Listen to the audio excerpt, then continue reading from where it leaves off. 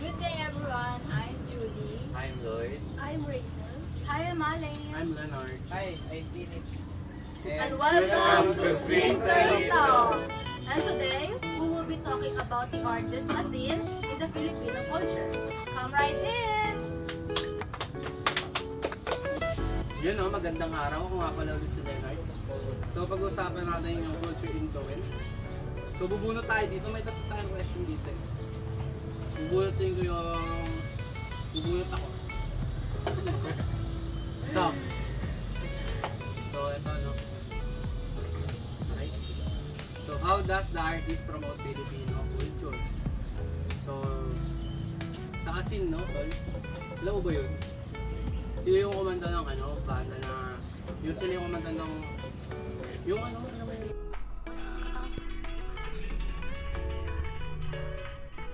So sila pa lang, isipin yun. Ang galing ng banda nila kasi...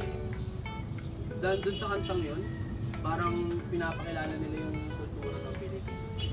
Yung tunay na kwento ng Pilipino. Nandun na yung kanta nila eh. So ginagamit nila yung kanta para i-promote yung atin. Sarap sa kanta. Feel mo yun. Totoo ba? Oo. So sa paranong yun, doon pa lang, yung ginagamit ng asin ng banda kasi. Pag music, ganda. So next na tayo, bonus ka na pre. Sino next? Ano naman?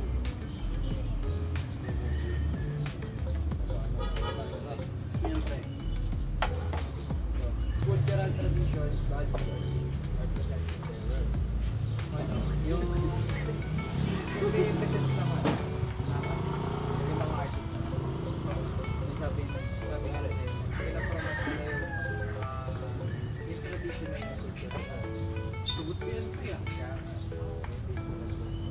Tapos, halimbawa, yung mga katutubo natin. Ay, sorry. Kaya pansin niyo sa mga sa kanta nila, parang palagi ang kwento yung ano yung buhay natin. Mga may hirap, paano sila mabuhay, paano sila magtanim, mga katutubo natin. Ako lang.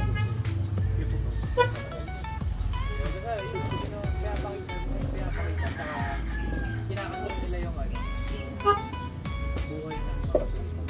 Yun. Okay, next. Okay, pagka-ready ko sa informasyon mo. Sino na ba sa atin? Goler? Sino ang goler? Mamili ka, sino? Sino ba next? Sino na next? Para tapos na tayo mga lalaki, no? Game.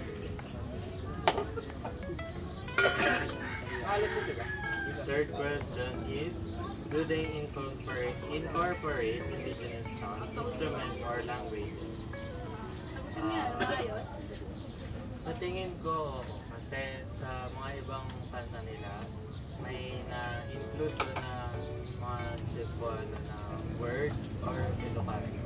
Kaya mapapansin din natin dito sa kanta nila na yung masdan mo yung kapaligiran is pinapakita doon kung ano yung mga nangyayari sa kapaligiran tulad ng tulad din doon tulad din ng pagbababa ng lugar ganun. Parang pinapakita kung ano yung pinaka nangyayari sa kasalukuyan. Tutok na tayo doon guys sa tatlong tanong. Kakat na namin.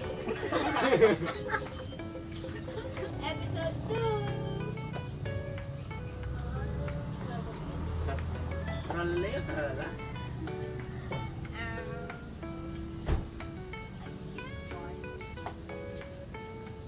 Does the artist promote positive or controversial messages? Wala na rin sa English mo eh. English yan talaga. Go, paki-explain, Julie. English ah. For me, yes. Kasi yung band na Ashin, they are known for spreading positive and improvement with their music. Tapos yung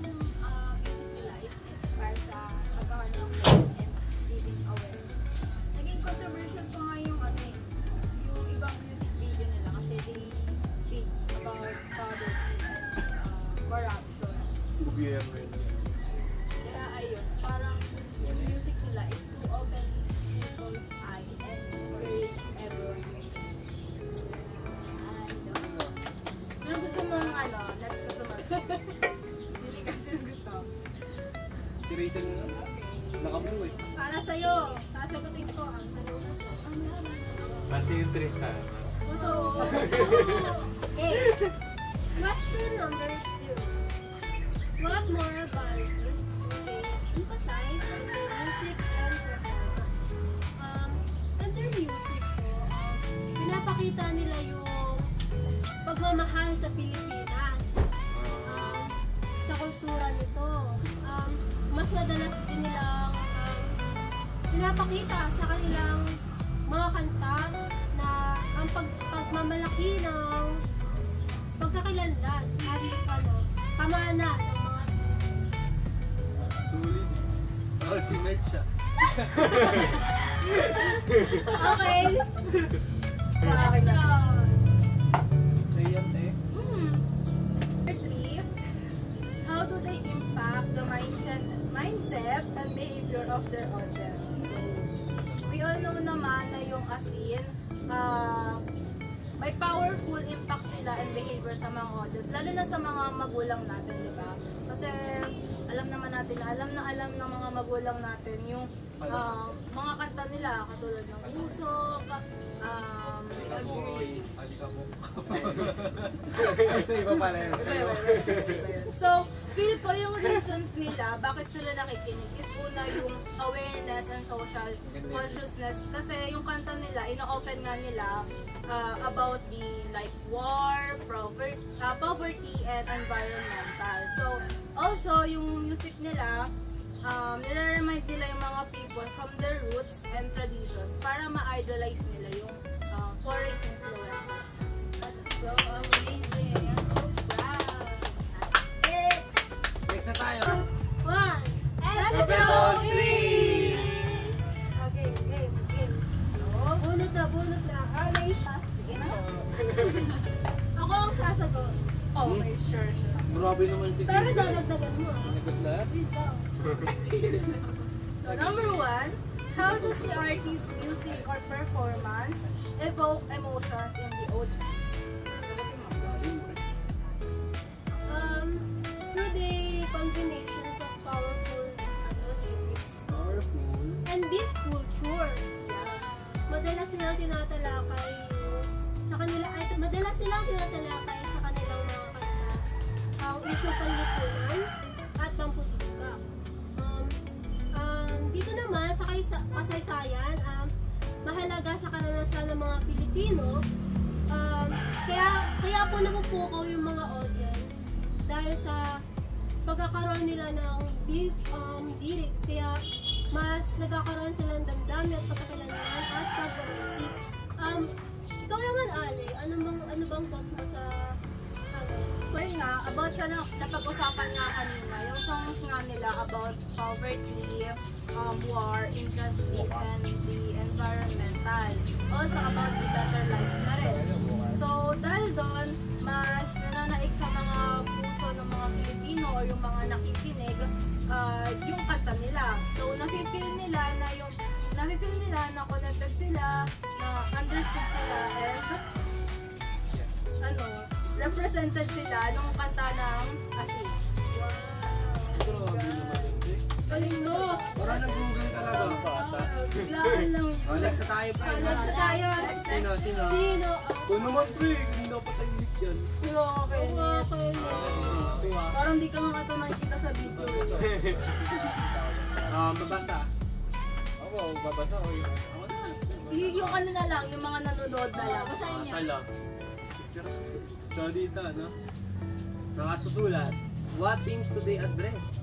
Love, identity, struggles, hope, etc. Grabe. Lari na yun.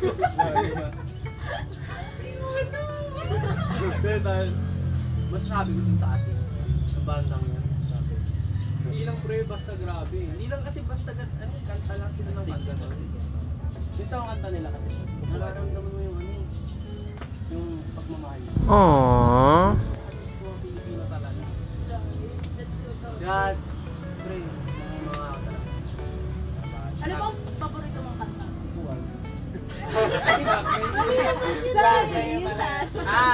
Siyempre yung ano.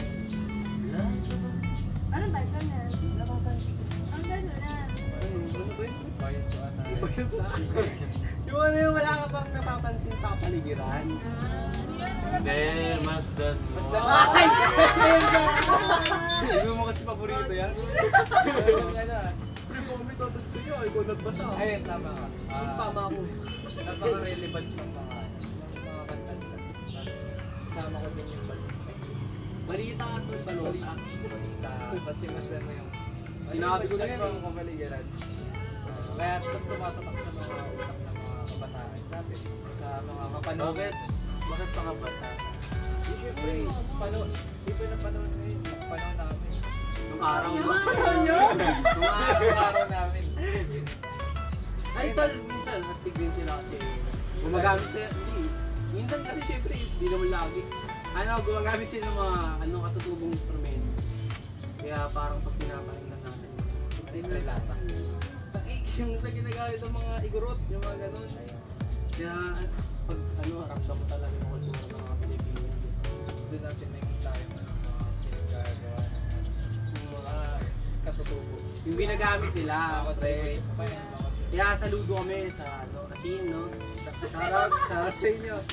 Sa lahat syempre sa mga artista dyan na pinapasikat yung natin, feelings natin. Ay, mali siya. Pilipino ko. Ay! Yun nga, feelings. Feeling ko yun. Feeling ko yun. O, hindi pa din. Yung Philippine culture natin, di ba pre? Parang... Uy, ano? Next, Ano naman? Sige, sige. Ano ako na? Si Kuyang nakapink ka lang. Si Kuyang nakapink. Sige, babasahin ko. Kuya. Di ba tayo? Yeah. How do their fans relate to their music? Hindi, no? Comment nyo, comment nyo. Comment down below. Yeah. Para sa akin, yung kanta, they connect their music to their fans, using Philippine language, using Philippine instrument, katulad ng sinabi ni Tama ako. Tapos yung mga themes ng music nila is related sa struggles ng Pilipino, like war, the environment, the poverty, ganun. Yan, tsaka parang nakaka-connect talaga siya sa emotion na parang whole, as a whole, hindi lang single, I mean, hindi lang para sa hindi lang para sa isa, kundi sa lahat. One for all. I think we're done. Ay, tatlo lang yun. Gusto mo pa ba? Hindi na. Hirap na. So, yun. Kami ulit ang Sing Torito! sa susunod.